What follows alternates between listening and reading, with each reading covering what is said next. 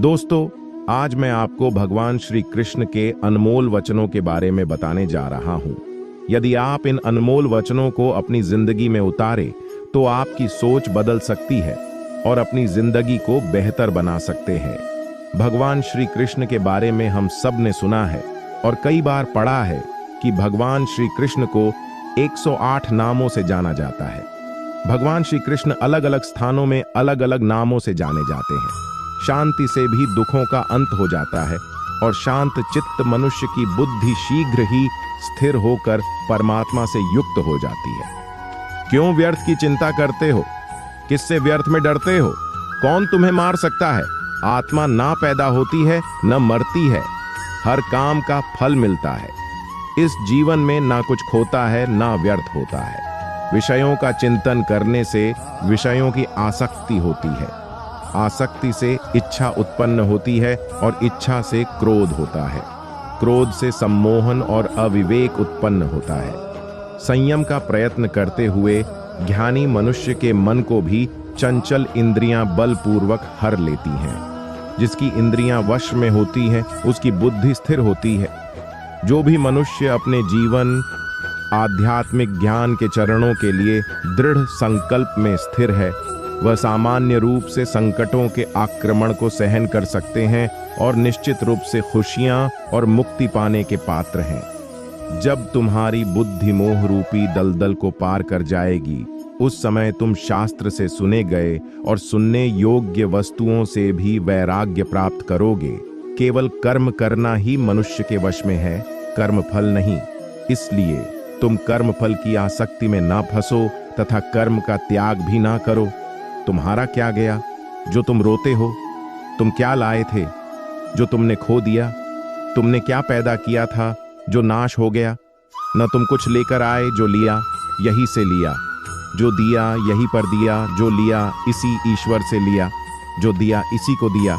जो मन को नियंत्रित नहीं करते उनके लिए यह शत्रु के समान कार्य करता है। खाली हाथ आए और खाली हाथ वापस चले। जो आज तुम्हारा है कल और किसी का या परसों किसी और का होगा। तुम इसे अपना समझकर मग्न हो रहे हो। सुख दुख, लाभ हानि और जीत हार की चिंता न करके मनुष्य को अपनी शक्ति के अनुसार कर्तव्य कर्म करना चाहिए। ऐसे भाव से कर्म करने पर मनुष्य को पाप नहीं लगता। जो हुआ वह अच्छा हुआ, जो हो रहा है वह अच्छा हो रहा है, जो होगा वह भी अच्छा ही होगा। तुम भूत का पश्चाताप न करो, भविष्य की चिंता न करो। वर्तमान चल रहा है। क्रोध से भ्रम पैदा होता है, भ्रम से बुद्धि व्यग्र होती है। जब बुद्धि व्यग्र होती है तब तर्क नष्ट हो जाता है। जब तर्क नष्ट होता है तब व्यक्ति का पतन हो जाता है। सम्मानित व्यक्ति के लिए अपमान मृत्यु से भी बढ़कर है। सभी प्राणी जन्म से पहले अप्रकट थे और मृत्यु के बाद फिर अप्रकट हो जाएंगे, लेकिन जन्म और मृत्यु के बीच प्रकट दिखते हैं। फिर इसमें सोचने की क्या बात है? परिवर्तन संसार का नियम है। जिसे तुम मृत्यु समझते हो वही तो जीवन है। एक क्षण में तुम करोड़ों के स्वामी बन जाते हो, दूसरे चरण में तुम दरिद्र हो जाते हो। शस्त्र आत्मा को काट नहीं सकते, अग्नि इसको जला नहीं सकती, जल इसको गीला नहीं कर सकता और वायु इसे सूखा नहीं सकती। जैसे मनुष्य अपने पुराने वस्त्रों को उतारकर दूसरे नए वस्त्र धारण करता है, वैसे ही आत्मा मृत्यु के बाद अपने पुराने शरीर को त्याग करने से ही प्राप्त करती है। आत्मा न कभी जन्म लेती है और न मरती है। शरीर का नाश होने पर भी नष्ट नहीं होता। आत्मा अमर है। जो लोग इस आत्मा को मारने वाला या मरने वाला मानते हैं, वे दोनों ही ना समझ है। आत्मा न किसी को मारती है और ना ही किसी के द्वारा मारी जा सकती है। न यह शरीर तुम्हारा है न तुम शरीर के हो।